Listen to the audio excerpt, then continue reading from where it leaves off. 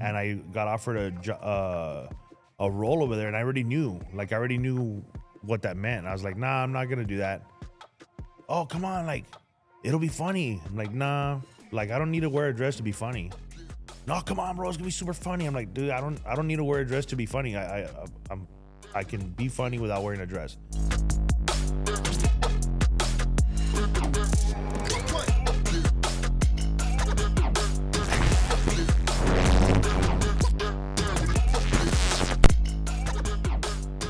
All right, Raymond Orta, thank you for joining me in the den. Joel, pleasure to be here in the den, bro. I was on the water, and so if I look a little flustered, it's because I was fresh off a fishing trip. What'd y'all catch? Did y'all catch Unas anything? truchitas. We were trying to get some. We got some limits on some trout, and we were trying to look for some reds, but there was no air out there, so ando bien un poquito sunburnt. So are you a fisherman or nomás te tocó un fishing trip? No, yeah, I love fishing, man. It's my favorite pastime. Besides, the only thing that I can think of that really I like on that level is probably billiards. Billiards. Yeah, I like pool and I like fishing. I could stay hours doing either or. Yeah, you're pretty good at pool. De veces, bro, sometimes I'm in my modes where I'm like, man, these shots are coming out of nowhere, but then I'm sometimes like I can't shoot a straight shot. Like it's just I got days that I'm on fire and days that I'm like, eh. I tell people I'll beat anybody. Oh yeah? I don't care how good you are. I'll beat somebody. Really? That's what I say. And that's what you say. And it happens. Yeah. It happens. I mean, I don't have that much practice, but when we were kids in high school, my dad had a pool table in the garage. Oh man, yeah. No sé dónde la agarró, pero it was you put your quarter, and Was he making money off the neighborhood kids? a little bit. Yeah. Yeah, but so I didn't get that much practice, but I learned to play, and I just got a confidence that I could beat anybody, and better players would show up, and I would beat them. Damn, I don't know if it was a mentality or they're at your dad's garage or what? anywhere really, Okay. wherever we play. Because It wasn't like a home field advantage type of. No. Nice. No home field advantage. So you're from the Valle, La Jolla, Texas, man. La Jolla, Texas. Home of the high-speed chase. Who was that? La Jolla, that's what we're known for, man. There's always high-speed chases going on because we're a human smuggling corridor for the United States of America. Oh, really? Yeah, so it's it's like a little town, but there's like always something going on abajo de la mesa. Like it's they're moving people. Our chief business is export. Art Vandalay. See, Export, import, exactly. So that's the life in the valley, man, with the immigration and stuff like that. Yeah. Have y'all seen it calm down? Ahora de que entró A Trump? little bit, yeah, big time. Man, before it was quite dangerous, man. A lot of high-speed chases, people getting into crashes and stuff like that. It's real dangerous. Really? So I was just having a conversation with somebody yesterday about immigration. Obviously, they were pro-immigrant, that we should let them and all that kind of stuff. I don't really align myself with that mentality to that extent, but because I think it's dangerous. Yeah, I think people risk their lives, and I have a friend that was a cop in Falfurrias. He said they used to find dead bodies in there all the time. People are getting, dying, and not only that, but when you have like an open border, the way we had it, the women that are coming over are getting completely objectified and victimized to get thrown into like the sex trafficking stuff. Right.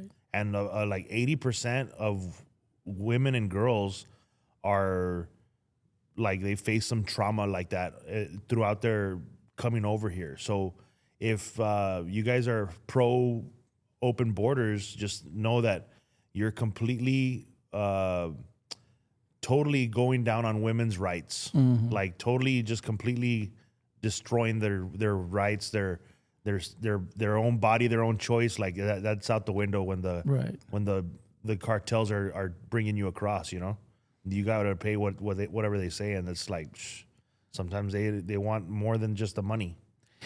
Right, and they take it. Yeah,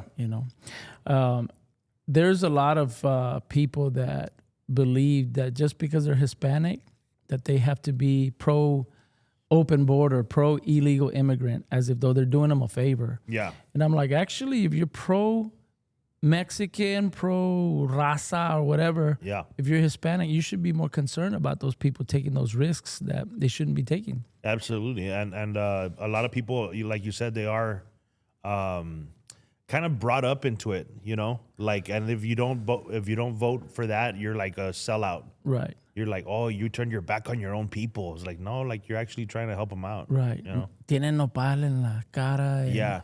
I get that one all the time. All the Coconut. time. It's like, bro, right, like, right.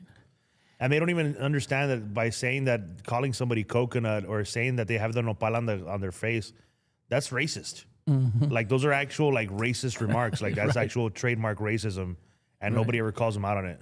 Right, and they think that they are pro-Hispanic. Yeah, and not racist. Right, right. Like I'm not racist, but this guy is like he's not acting like his skin should dictate the way he should be acting. Right, right. Which is bigoted and closed-minded mentality. Mm-hmm. and we need them here, he said, because who's gonna pick our field? And I'm like, what? Bro, that's like, who's going to clean our toilets? Right. It's like, bro, that's like super racist. Yes, it is. For real. And that comes from our people too. Big like time. Raza and then it's like, the one is like, oh, like when you're a Republican and a Latino, you're like roaches for raid. Right. And it's like, bro, you're just comparing Latino people to roaches. Like, how do you not see what you're saying? Right. You know? I just think that those people are uneducated, that they don't look into anything, the issues. They just take for what they're told. Yeah, the media, they parrot whatever's said on the mainstream media and take it as truth. Right. They do as they're told. Oh yeah. Yeah, but we're the sellouts, and we're the a los African Americans, Uncle Toms. We're those people. The coconuts, the what do they call the Mexicans that sell out? There's a word for no. Is there a word? I think there's a word. Maybe it's just pochos, not pocho. Is it pocho? No, pocho is like when you speak Spanish, like in a very uneducated fashion. Oh, okay. Like yo soy bien pocho. Oh, okay. My Spanish is very rancho. Yeah. So when I thought that was naco. Naco, pocho, kind of like También. similar thing. Okay. Kind of synonyms. Yeah. So here in the 956, what's the how does it compare as far as Hispanics that are for Trump and Hispanics that are diehard Democrat? Man, it's the divide is stark. There's no kind of like, there's very rarely any ambiguity. There's very any like kind of like, well, it could be either or. No, it's like you're either hard to the left or hard to the right. There's really very few people that are kind of like wishy-washy in between.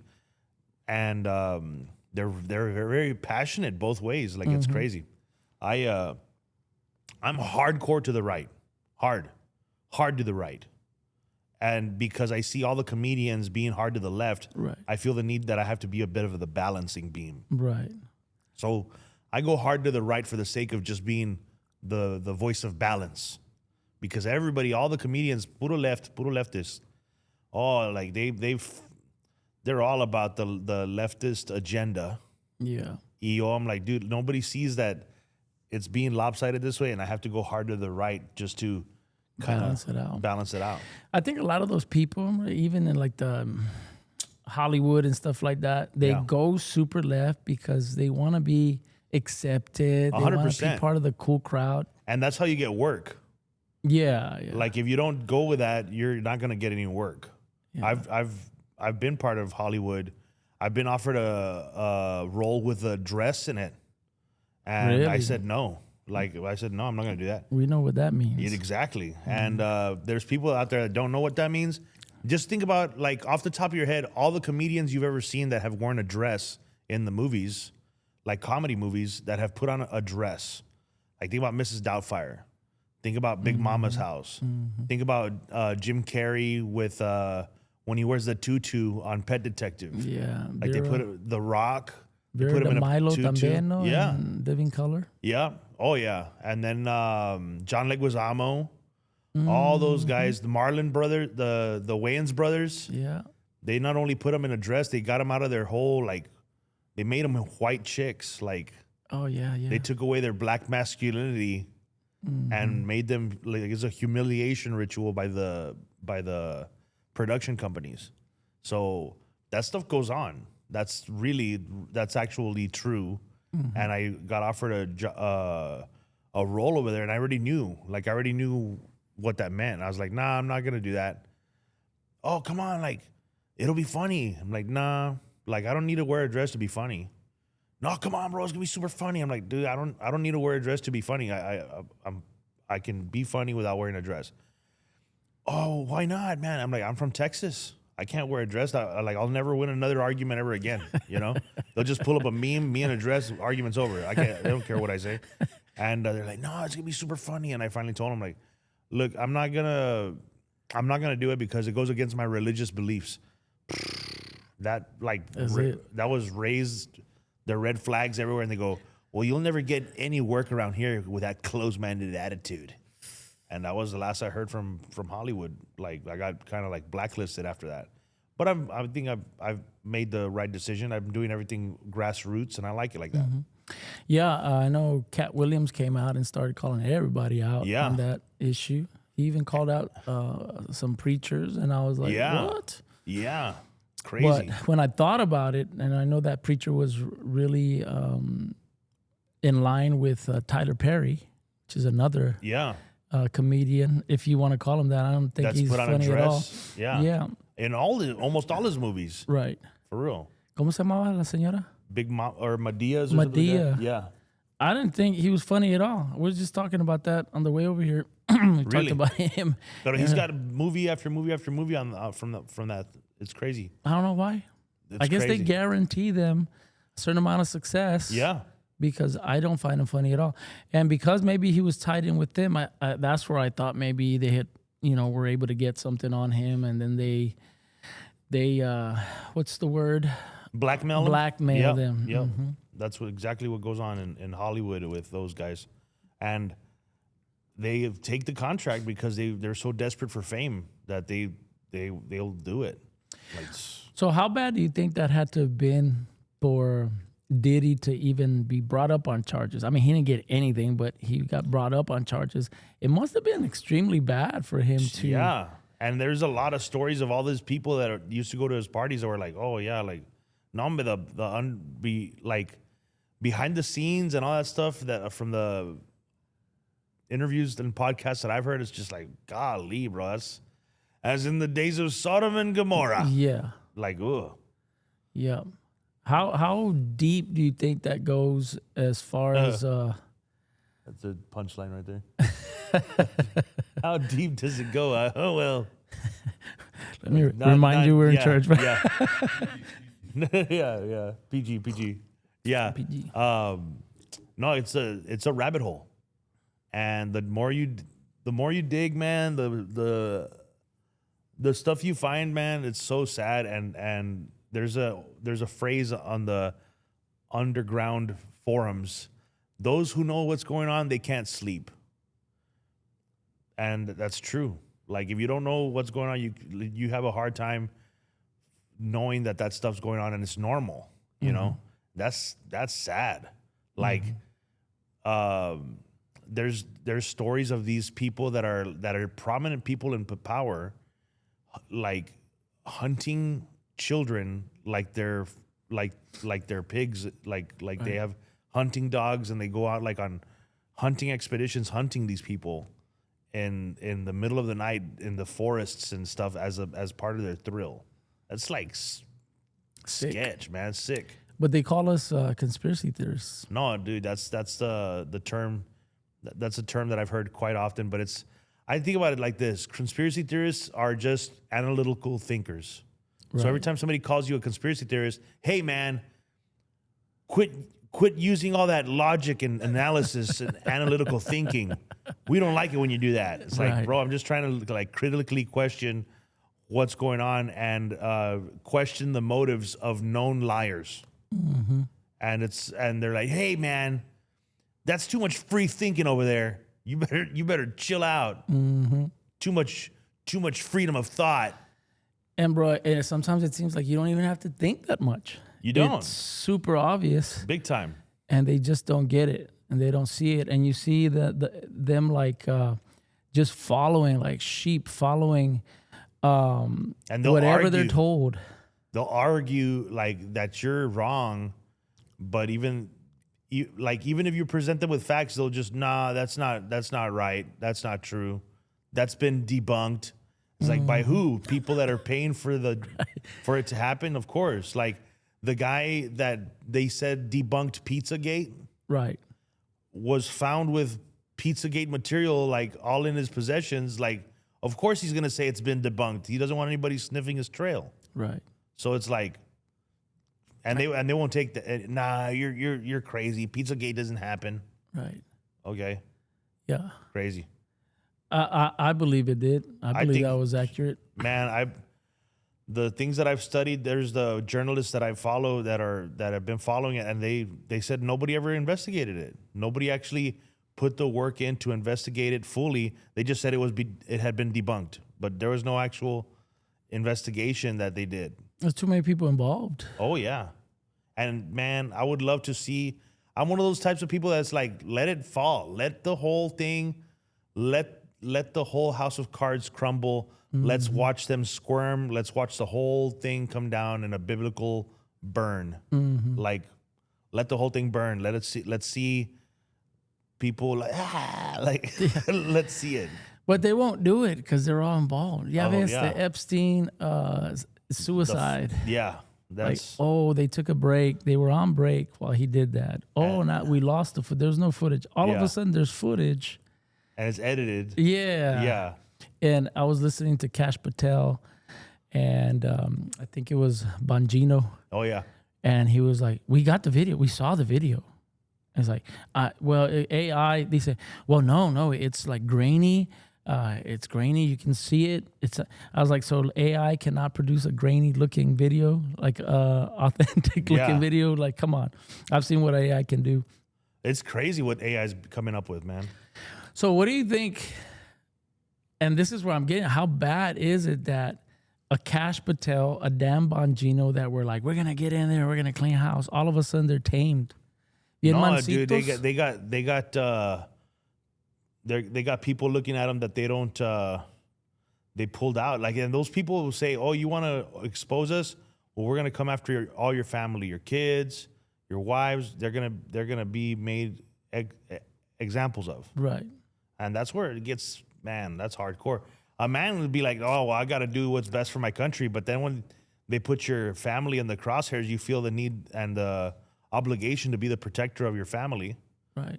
And man, it's a tough one. You fall into place real quick. Yeah. Yeah. Mm-hmm. Especially if they show you pictures. Here's a file. Here's where your wife frequents. Here's where your kids go to school.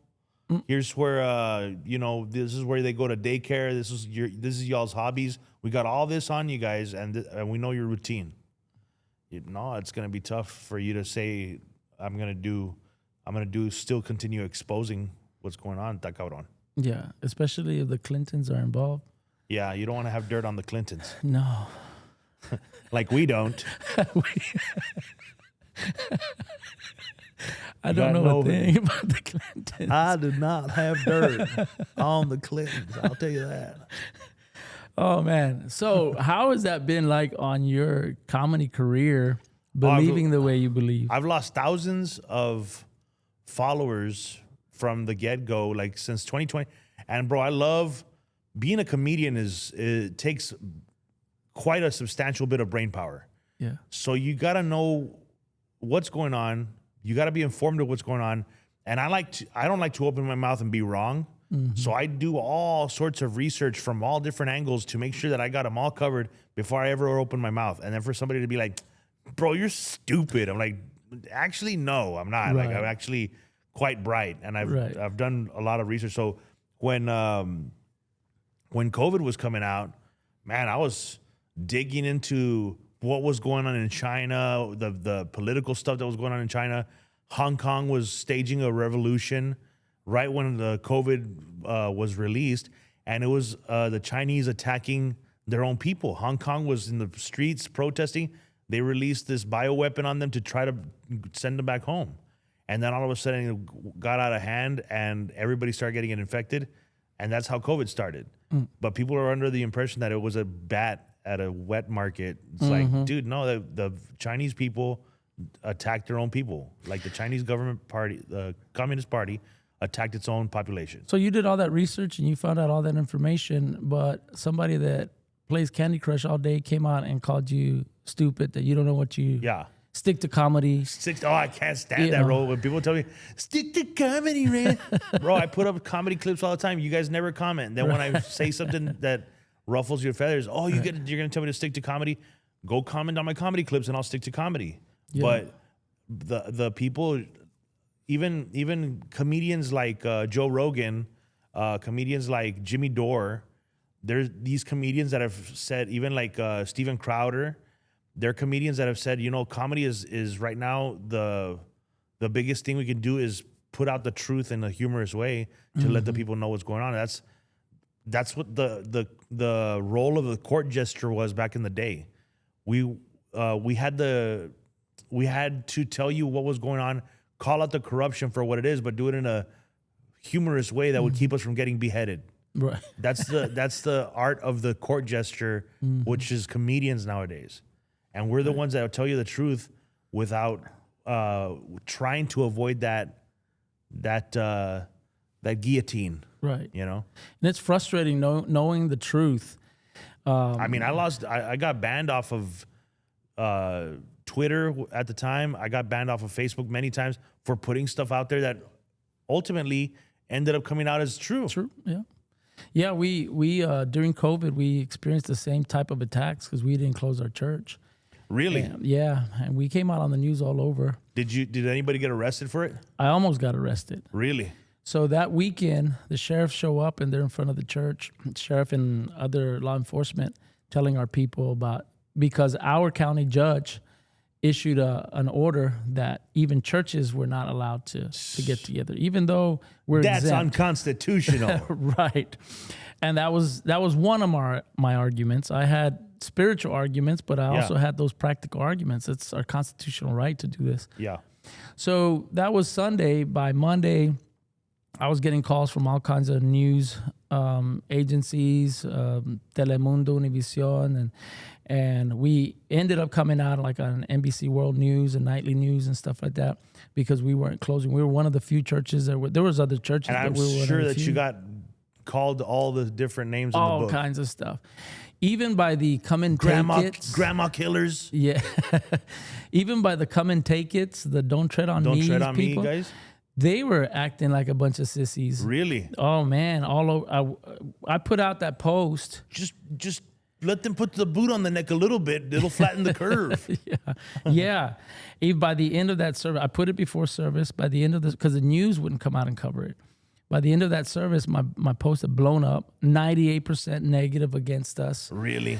I bet you this isn't the response he thought he was going to get. And I didn't respond, but it wasn't. Not in America, and definitely For not real, in Texas. Right? Crazy. So it was disappointing to see it. And yeah, they were calling for our arrest, and people were okay with our county judge sitting there on TV saying, "Oh, tonight you guys are able to have dinner with your loved ones." That was crazy. Watch a movie. And I'm like, I cannot believe you guys.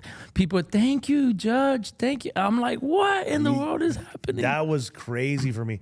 Dude, the crazy part was the splitting of the families in the hospitals and having them like you're there and you're not able to say goodbye to your loved ones that are dying and from a Chinese-made bioweapon, and you're not able to say goodbye because they don't want for you to get infected, but they're in the room.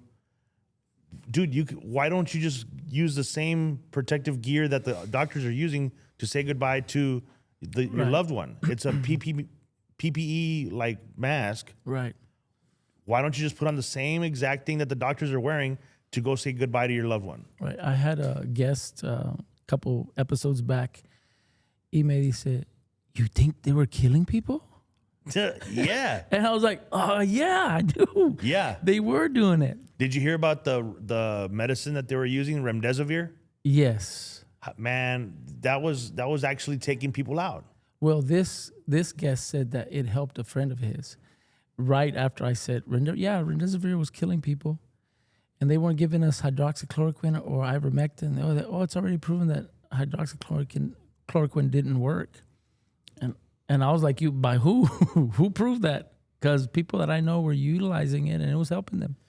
And remdesivir was, they would put you on a ventilator, and remdesivir, they put it in your IV. And it was shutting people's organs down to make it seem like, oh, dude, like the virus is just taking over your organs. Right. But it's like made out of, based in like a venomous viper venom. Yeah. Like they were slow killing people and making it look like a clear, no connection murder. There was a lot of money in it. Big time. Yeah. Big time. And I was being told when I talked against it, you're saying that our heroes are trying to kill us? Crazy. And I'm like, oh my goodness. Our first responders? Yeah. And maybe I wouldn't put too much on the nurses. Maybe they were oblivious to some of it. Yeah. But the higher ups, the doctors that knew better. I had somebody close to me that ended up in the hospital. Later in the day, I had seen him in the morning. He was fine. I mean, he was sick, but he was okay. He got rushed to the hospital that afternoon. They put him on a ventilator. And as soon as they told me he was on a ventilator, I was like, that's it. He's going to be gone. And sure enough. And I told his aunt, tell them to give him hydroxychloroquine. A couple of days later, I asked her, did you tell him? Yeah, Pastor, but they got mad at me. And they told me that they knew what they were doing and blah, blah, blah. And I was like, esta gente, they're killing our people. And targeting people by race. I believe that they were targeting people by race, specifically African Americans and Hispanics. Well, this is what I believe, and I feel comfortable sharing it. I feel this is safe space. No, I've shared it before though. Yeah. But because I was telling people, don't get tested. Yeah. I believe they were spreading it through the tests. Because if you can contact it 6 feet away, why do they got to stick that thing up into your brain? Yeah. And so I said, tents were popping up everywhere. I was like, they're spreading it through the tests. Yep. So COVID was pretty much gone by May. People were opening up. Ya no se oía nada. And then the Biden says, if you don't know who you're voting for, you ain't black. Yeah. And then they, coincidentally, George Floyd gets killed and creates by a white cop. Yeah. And it creates these race riots, right? Still no COVID. People are rioting in the streets, no COVID. There was no reports from our commissioners anymore. And I show up as Trump starts doing his rallies again. I show up to an HEB. There's a long line, and there's a clinic at the end of the thing. And I ask somebody, what's going on? They're testing for COVID. I said, why are people getting in line to get tested? COVID is gone. Ya pasó. And said, well, about a week later, people are getting sick again. Yeah. Ending up in the hospital. Hospitals this time are they're overrun. not coming out. This time they weren't coming out. Yeah. And I said they were spreading it through that, and then it's all organically spread. But they made it more contagious, and they made it more deadly, which was the gain of function testing that Fauci was doing. That's crazy, bro. They don't even want to uncover that. No, I mean they have. I've heard it talked about, but nobody says anything about it. I'm like, is nobody seeing this? Here are the emails. And they won't budge on their stance. No. I'm gonna go get my booster. Number 7. Yeah, it's like, dude. Like, no, and I have a friend of mine who his son, he was like 16, 17 years old. He passed away from the Pfizer, right? Oh, wow. And he goes around the country talking about it now. I think I heard about that. Yeah, he's become an advocate. Well, the doctor down here, like the guy that they were putting like in charge of like the region, like he was the one that was like the regional advisor on COVID protocols. He was like, everybody's got to get vaccinated. Everybody's got to do this. Nobody's going to go. We're all going to be wearing masks. And it's like, dude, like this guy's just a shill for the pharmaceutical companies. Like, gacho, like crazy. And they go, hey, like, dude, this kid took the vaccine and he passed away from it. Oh, well, that kid was overweight. It was because of an underlying condition. And they called him on it. Like, no, here's this picture right here. He's not overweight. And he was like, oh, no, he's not overweight.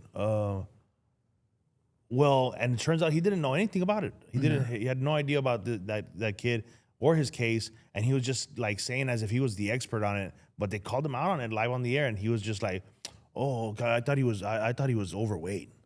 But it's like, and he was continuously peddling that, like, he's still pushing it. Like, he's still telling his patients, get boosted, you know? And I lost a bunch of comedian friends of mine, man. Like, I've already lost 4 comedian friends of mine in their 30s and, like, late 20s, maybe early 40s. 4 of my own personal friends that have died because of that. Because in order for them to perform and go on tour, a lot of the clubs in the West Coast were asking for a vaccine card. Mm-hmm. Yo les dije, nah. Mm-mm. Like, nah. I'll stay at home. Mm-hmm. I'll do comedy shows on Facebook Live, and that was the saddest for me, dude. Like doing Facebook Zoom shows, like that was the worst form of comedy that I've ever felt. It felt so icky. Yeah. Yeah, I get it. Sometimes people want to do podcasts virtual. Like, no tiene chiste, you know. Like, yeah. There's no, así como dices, like, there's no connection to it. And right. with Zoom comedy, golly, bro. Like, it's so, man, it's like the cheesiest of the cheese. Yeah. It's like, man, this was so pathetic. Like, hey, what's up? Like, it's so silly, dude. I can't believe we got to that point. But you made it through. I mean, you stood your ground and you got through it. Man, I'm telling you, by the grace of the Lord himself, did I never go lacking ever.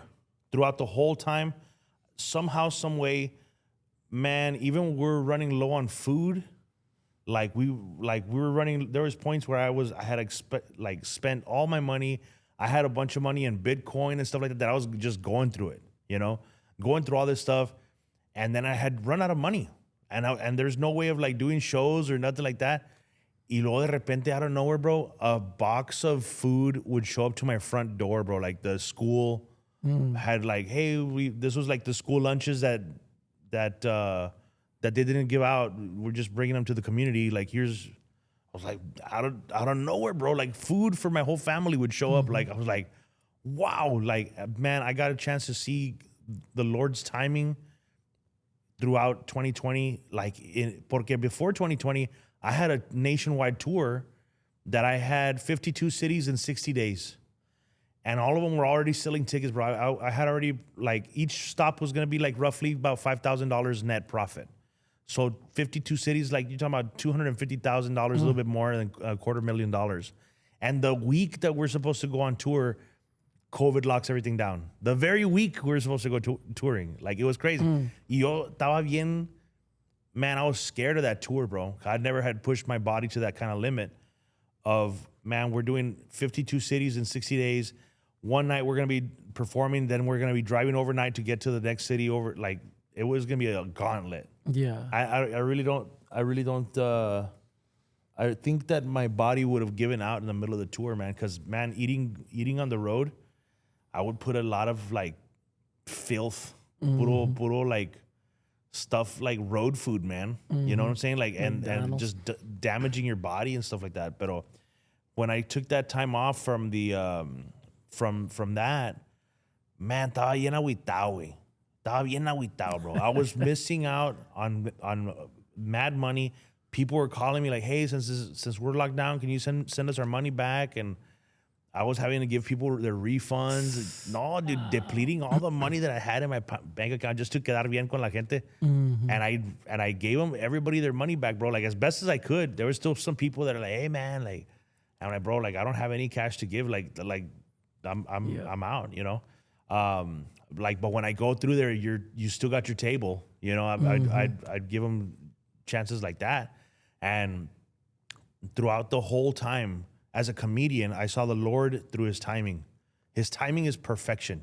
There's nobody's timing that's ever going to touch the timing of the Lord. His timing is absolute perfection. And as a comedian, I always see him in there and I'm just like, oh, like that was good. That was brilliant. That was so good. I can't, like, the timing of his stuff is just remarkable, man. Remarkable, man. So you mentioned the Lord.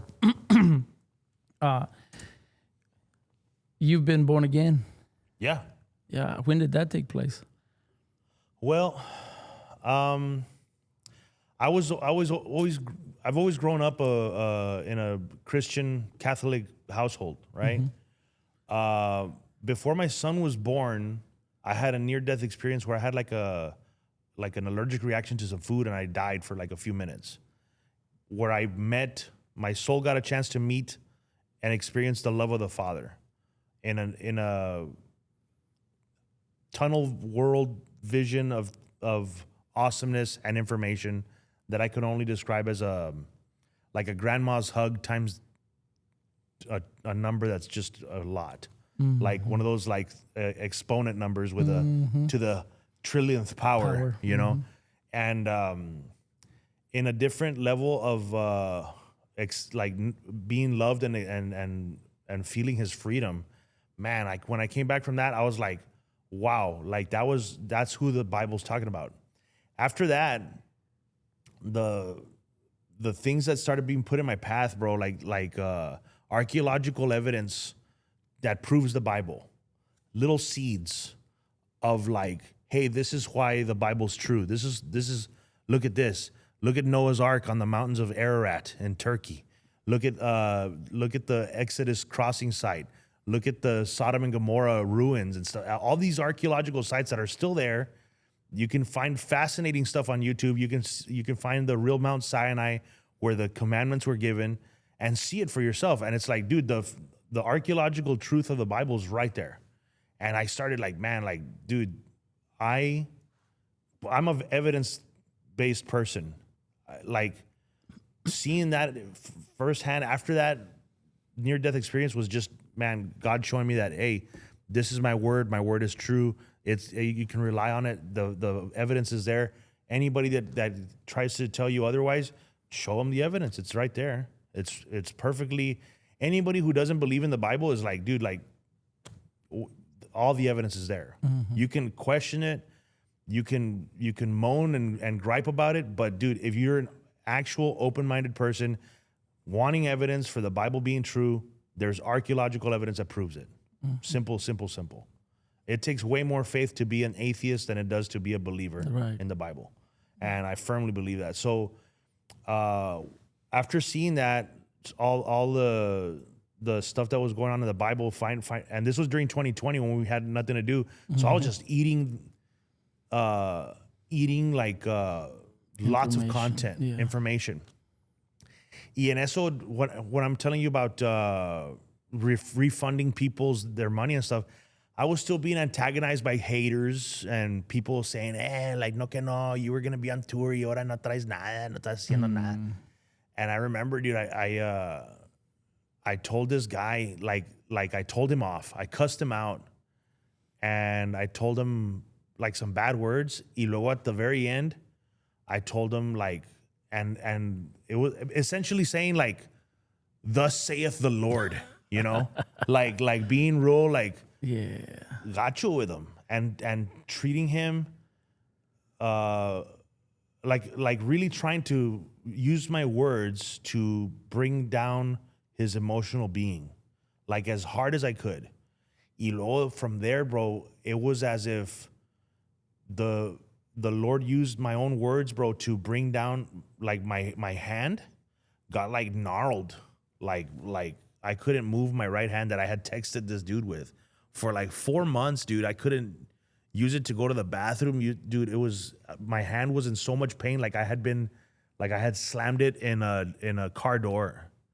And dude, I was in so much pain every day, bro, that my wife thought I was gonna die of shock. Like how much pain my whole arm from the elbow down was just throbbing. my hand was just throbbing, and then I was watching sermons, and I'm seeing this guy like who's a man of God, bro, a faith healer, a dead raiser, a straight up dead raiser. I don't know if you ever heard of Curry Blake. No. He's out there in Plano, Texas. Amazing man of God, bro. Amazing. This guy's one of those mountain movers, and he goes to the world, preaches the gospel, casts out the demons, raises the dead, heals the sick, and miracles and signs and wonders follow that guy. Yeah.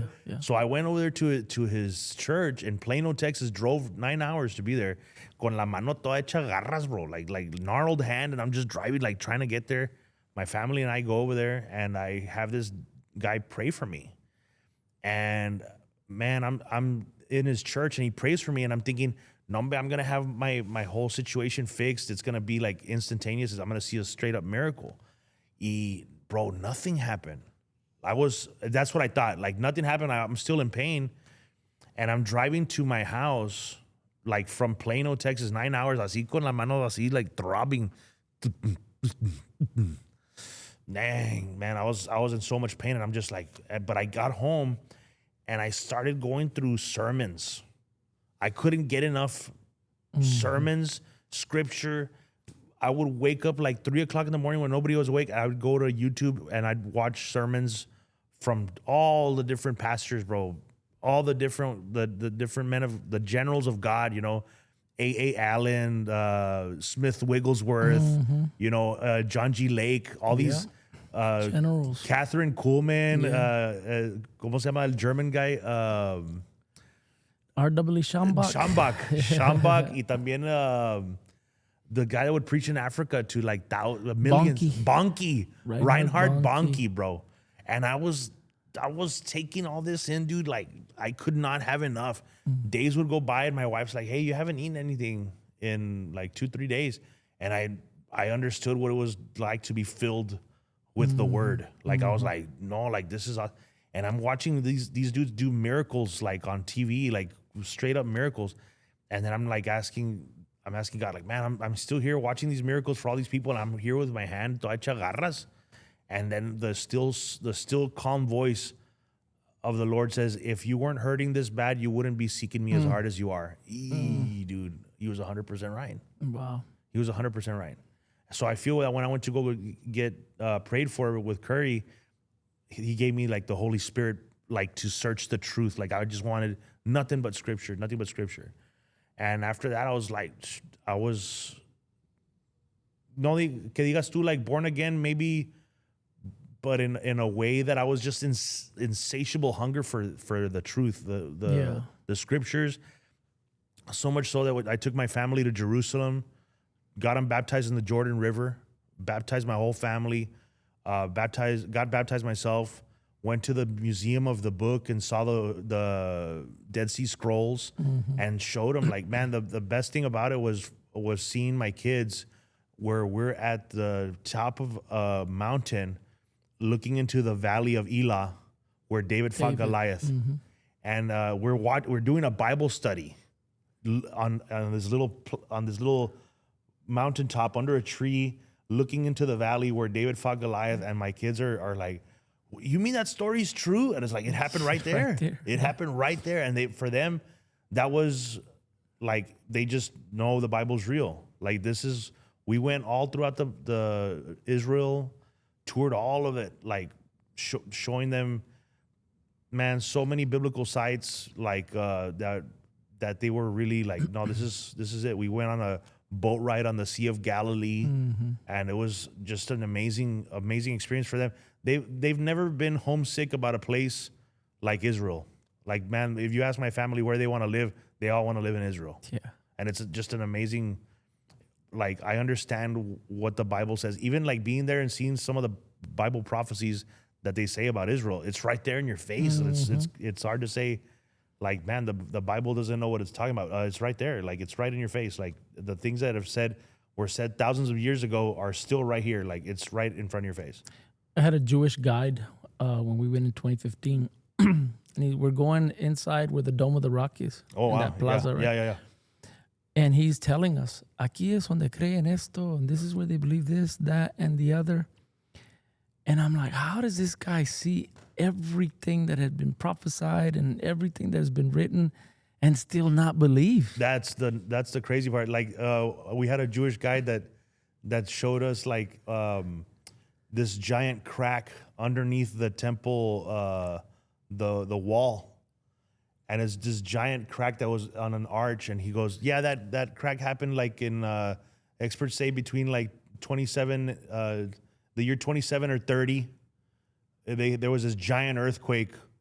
And it's like, oh, I wonder what happened there. And it's like, yeah, all the rocks got cracked. Like, it's like, that's in the Bible there. Right. Like, come on, guys. Like, what happened to that? And even, the giant boulders that are in the streets from the temple that got thrown down by the Romans, they were still right there. Yeah. They're still right there. And it's like, dude, Jesus said that no stone will be left on top of another. And it's like, they're all thrown on the road. Like, you're sitting on the evidence of a prophecy that it was like told, and it's right there. It's one thing to be over here and read those stories, and it's like, oh, in a faraway land. ¿Verdad? Yeah. But when you go on there and you walk the steps, they were excavating this area where Jesus had actually walked up, where people would walk up to go worship. Yeah. And we got to walk up through there. And I'm like, man, Jesus was in these very places. Yeah. How can you not believe it? It becomes so real. Big time, man. Yeah. I love it out there so much, man. And we went to go see the mountain where Elijah fought the prophets of Baal. Mm-hmm. Dude. One of my favorite stories, one of my favorite places, and like I just felt so at peace there. Like it was awesome to be there, you know? Yeah, Mount Carmel. Yeah, that's one of my favorite I don't know spots. that we went there, but we saw it from the other mount where they were going to throw Jesus off. Oh yeah. We were on that one. Dijeron, over there's Mount Carmel, and that right there is the Valley of Armageddon. Yeah, the Megiddo. Yeah. And when they were gonna throw Jesus off, like, did you go to the synagogue that was there? I don't remember. We might have. They dragged him a good while. Like they dragged him, I would say, like 1,000 some odd feet to want to throw him. And then he says he just walked through. I'm like, nah, I lo guachamos, guys. Not today. Not today. Yeah. So you were experiencing all that, and how did you come or what is your walk with Christ right now? Man, I try to keep the commandments. I love the Old Testament. I try to do Torah as much as possible. Mm-hmm. My family, we practice the feasts. Mm-hmm. We just did the Day of Atonement a few days ago. We're actually going to be in the Feast of Tabernacles starting tonight. Okay. Depending on when people watch it, but the Tabernacles is that's my family's favorite holiday, and we're gonna go camping. But it's crazy because when you celebrate these feasts and you say, man, it's commanded in the Bible for us to take our family camping for a week. Like, hey, take a week off, don't work, take your family camping. Remember what it was like to be a Hebrew in the wilderness, and it's like, man, and you think, man, and I'll be the first to admit I'm not roughing it. I go to these glamping sites and hey, we're camping, Yeah. Pero to put yourself in that situation and think about like how it was when these people were wandering the desert for 40 years, man, it ties you back to the history of it. Yeah. And that's what the festivals do. Like, especially the Passover, when you're going through the Passover festival, you want to, like, you're telling the story as if it happened to you. Like you're saying it like, you remember when we were in the desert and we had to feed on manna, and if it wasn't for him, we wouldn't be here. But he did it, and it was more than enough. Right. Right. That's amazing stuff. Yeah, I don't know if you've been, I'm sure you do, watch podcasts, Joe Rogan, Sean Ryan, and all those guys. More and more men are talking about God. Yeah. I don't know if you noticed that. Bro, I've seen it. And then Rogan was like a super hardcore evolutionist guy. Right. And all these guys that have been going on his podcast and talking about Christ, man, he's really seeing it like it's opening up his eyes. man, I would love to go on that. I would love to go on that podcast and really like open his eyes. Like, dude, let me show you some stuff. Like, some stuff that you guys have missed. Yeah, because he's an evidence-based guy. Like, bro, look at the evidence. Look at the archaeological ruins of Sodom and Gomorrah, and look at the sulfur balls that people can still burn, and you can still smell that sulfur. That is purer than anywhere else in the world. Is Sodom and Gomorrah's sulfur is like 97% pure with 3% other chemicals to make it burn hotter. Like what? Yeah, I've been noticing it, and you know, people that criticize it because Christianity in the past has had a very passive, you know, dorky guys, and lame. Put them in the back room while the real men take care of business, kind of thing. You know what I mean? But you're beginning to see these Navy SEALs. You're beginning to see all these men come to Christ, and they're having conversations about it. Big time. So I believe if you're not having those conversations about God, then there's something up with you, because men of stature are coming to the table and having conversations about God. Legit conversations. Absolutely. Like real depth, like massively deep conversations that are that have a lot of weight in them. For somebody like Joe Rogan to pay attention, that guy is kind of like you. He studies and he's looking at everything. Like I hear him talking, I'm like, that guy, when does he have time to be studying all this stuff? That's what makes me. It inspires me to be able to be informed, and then like whenever, what does it say? Have an answer ready, like when people ask you, so that they can know why you have your hope and who you have your hope in, you know. Right. And that's, man. If anybody asks me anything about the Bible or the Scripture or why I believe in this, I want to be ready with eloquence and charm and soft-spoken love that's going to be like, man, this guy's got a point, you know. I should really look into it. And ultimately, we're just planting seeds, right? We're not, man, I would love to be like Reinhard Bonnke and just signing millions of people up per night, knowing that they converted. But ultimately, I'm just planting seeds. Even when I'm on stage, I'm always throwing in Bible scriptures or something where I talk about something and I'm just like, hey, like Jesus is coming back, just so you know. Like I throw it in there everywhere I go, somewhere. So more than Trump and politics, Christianity has had to affected your career in comedy. Oh yeah, no, dude, and I get criticized for it because I'm constantly trying to clean up my act, and my act before was very vulgar. And I'm still somewhat vulgar, and I'm constantly trying to clean it up. I'm like, I would say like PG-13-ish, like what I call Pixar humor. Like Pixar humor is like where the kids don't get what you're saying, but the parents will get it. It's like the adults are like, oh, like he worded that in a way where it's like, it's technically not dirty, but he's getting a point across type thing. And then, but people still say, oh, that's too... you still need to work. And of course I do. Of course I need work. I would love to be like a G-rated, like everybody can watch and stuff like that. But ultimately, I'm going into bars, biker bars, clubs, and being a light in the darkness. You know, like I'll be that guy. Yeah, I might not be the most graceful speaker as far as like, oh, watch the words you use.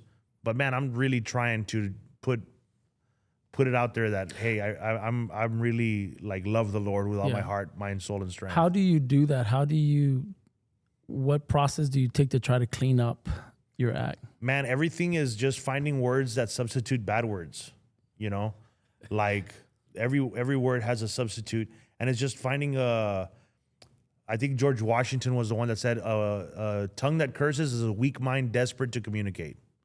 So for me, every time I see like, especially online too, like, man, when I want to tell somebody off, when they're like hating on me, I find real clever ways to say it in a way where it's like, hey, I didn't need to tell you off, but I still kind of told you off in a way where it's like, hey, that was pretty nice.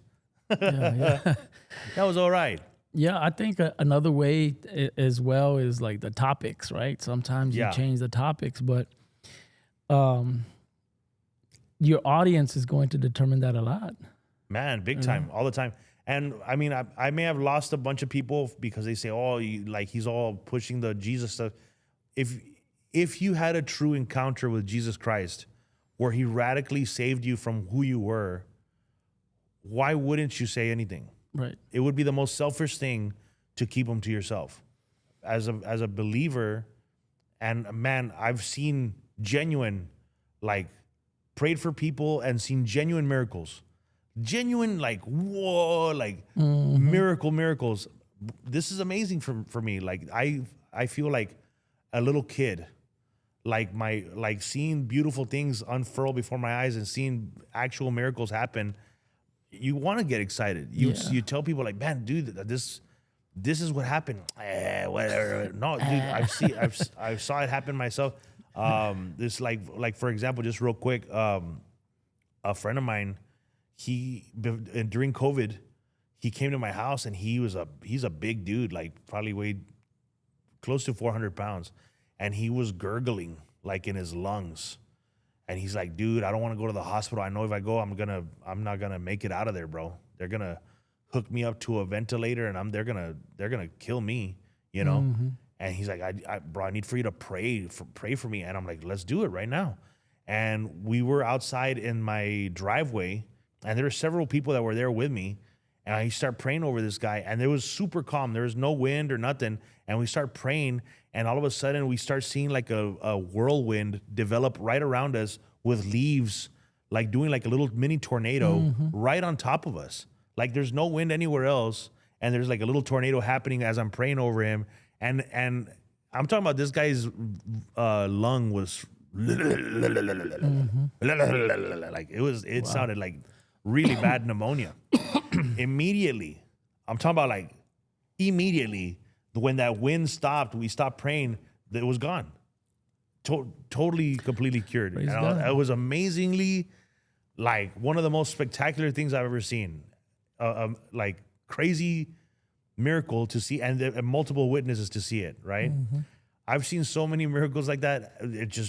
Life has become so much, like, man, we're missing out on the big picture. Like, we're in a spiritual warfare. People are being attacked in a spiritual way, and we have the opportunity to be ambassadors of the kingdom of heaven, to help them out and be a person that prays with authority, in spirit and in truth, to lift people up, cast out the demons, cleanse the leper, heal the sick, and raise the dead. And it's like really, like, that's really like what's going on. And they want us to keep it to ourselves. They want to, like, why would you want to keep that to yourself? I think crazy. It was like Penn, the guy from Penn and Teller, one of the guys, the big dude, that said, I respect Christians who share the gospel with me. He was an atheist, right? Yeah. I cannot respect a Christian who does not share the gospel with me.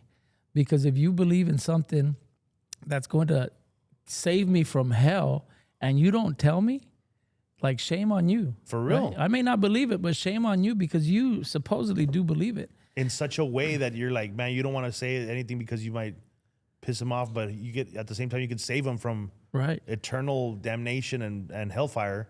Right. Why wouldn't you say anything? Right. Crazy. So who maybe the question is, where do you go to church, or who's discipling you? Do you have somebody that is like mentoring you in that area? I've been to, right now I go to church at this Messianic synagogue, and they do, they believe Yeshua is the Messiah.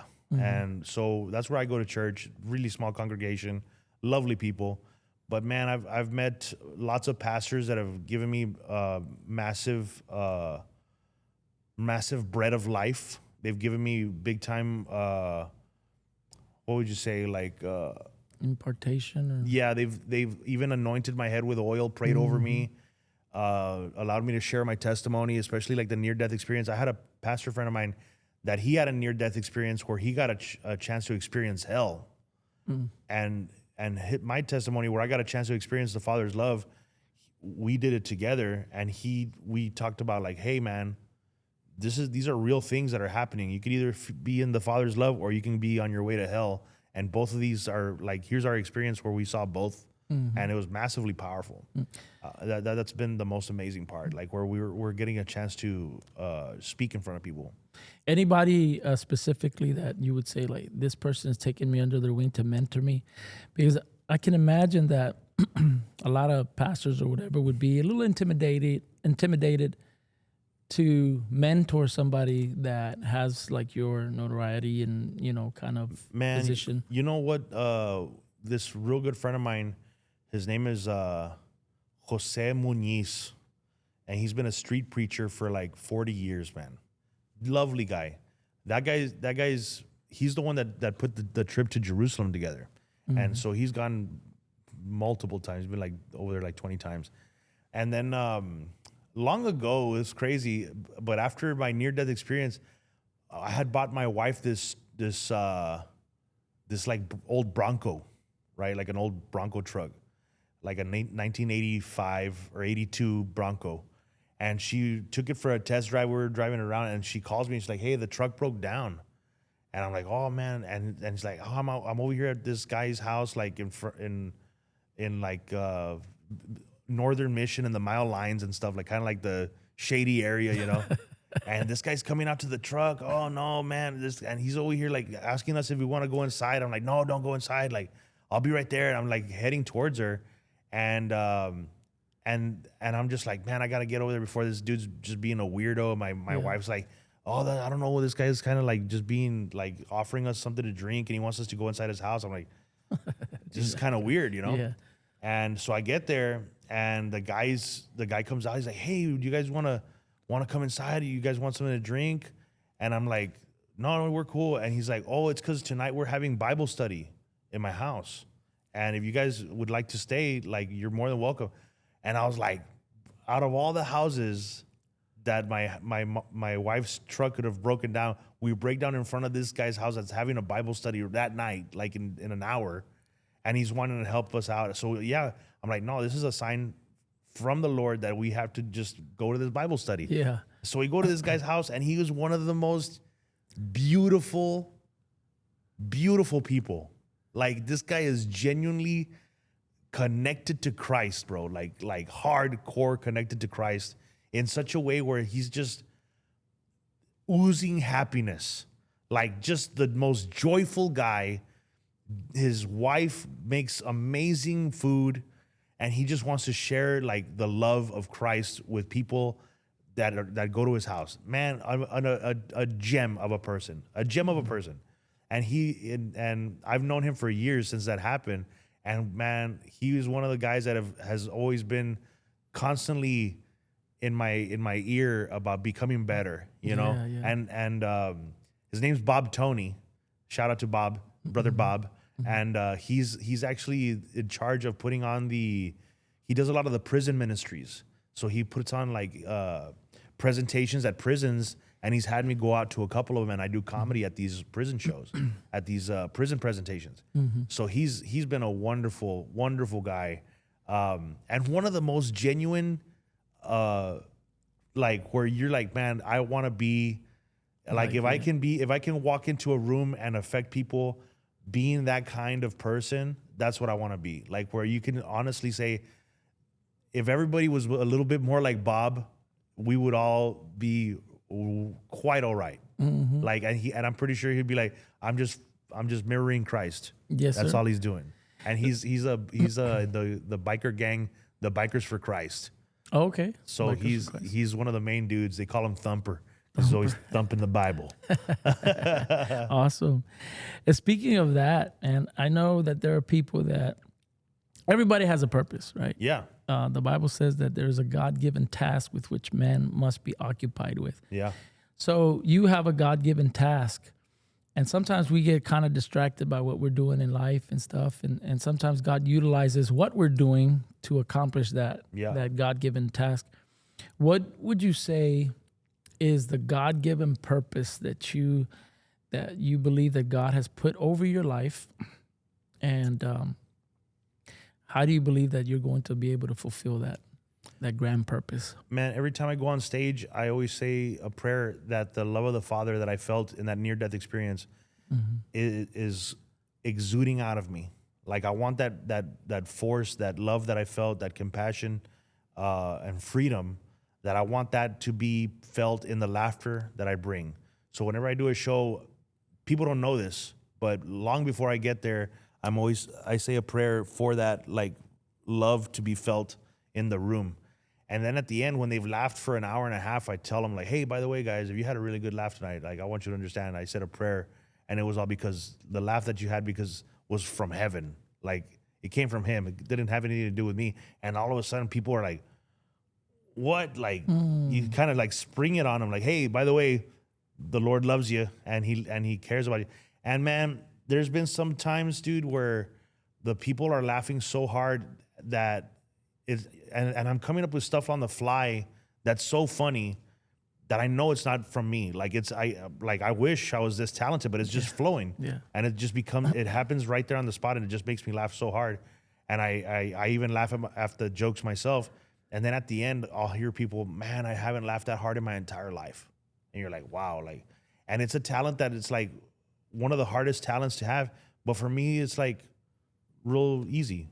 Like it seems like to me, like if it's natural, and I want to say that, man, why would I think I think God gave me that talent to use it to bring smiles to people's faces, and that's I feel every time I'm on stage, I feel I'm on my purpose. It's so easy to do the things that I do, and it comes so natural that it's like a talent that I'd never take credit for it because it's on loan, you know. That's awesome, man. So that's how I feel. I mean, I've had thoughts where I'm like, well, why did he give me the ability to do comedy? Maybe he wants me to do more speaking gigs like at church and stuff like that, and not necessarily stand-up comedy, but he wants me to preach the gospel more. And I like to do that too. There's like, man, I love to do that. And when I'm given the opportunity to talk and speak in front of churches, oh, bro, I feel so filled with my just being able to tell people, like, and I know what I've had, like a couple of speaking gigs where the pastors, I even did like this Messianic synagogue in San Antonio, where the rabbis were looking at me like, who's this guy? Like, what's this guy gonna do? And he doesn't even have any notes or nothing. Like, how's he gonna speak for 45 minutes? Like, they're kind of like side-eyeing me, and then I go on stage and it's just like flowing, like just free-flowing scripture, just flying out of my face. And it's out of the out of the abundance of the heart, the mouth will speak. Yeah. And it just flies. It flies in a way where, man, they were blown away, where it's like, we were not expecting that. And it's like, dude, like, I wasn't either. Like, it just flows, and that's the message that he wanted us to hear today, you know? Yeah. Pero those gigs are they're fewer fewer. and far between. Yeah, few and far between. The comedy's more stable, but aquí andamos. Yeah, I believe God opened those doors up, and I think a couple years ago, I don't know when it was, but I think you were just starting to do some Christian stuff that I messaged you and wondered if you were doing the churches. I believe that God opened those doors up for you because there's greater purpose. Yeah. I'm not saying that the comedy is not part of his purpose. Sometimes he'll utilize that. Yeah. But sometimes he moves us up where that message is even more direct. Yeah, I agree with that. Yeah. So, Raymond Orta, I wish I could talk to you a lot longer. I've enjoyed I had fun, it, man. bro. Thank you so much for having me. And anybody out there that's wanting to get saved, if you want to come out here to South Padre Island, man, we'll baptize you out here in some salt water. All right. And I do that, and I love doing that. And how would they get a hold of you?